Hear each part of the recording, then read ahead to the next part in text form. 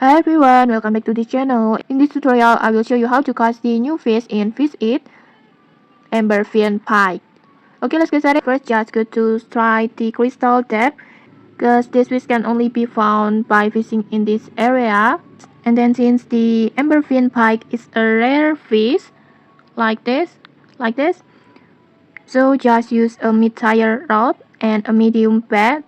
And medium bait, like for example, you can use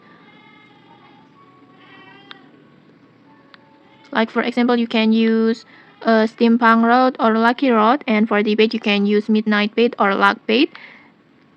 It will works perfectly for this catch. And then after that, just start fishing over here and just be patient until you get the fish. And this is the Emberfin Pikes looks like this.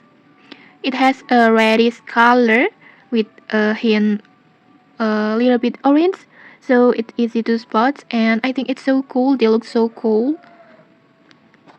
And okay, maybe that's it. If you found this helpful, don't forget to like, comment, and subscribe for more tutorials. Thanks for watching and see you.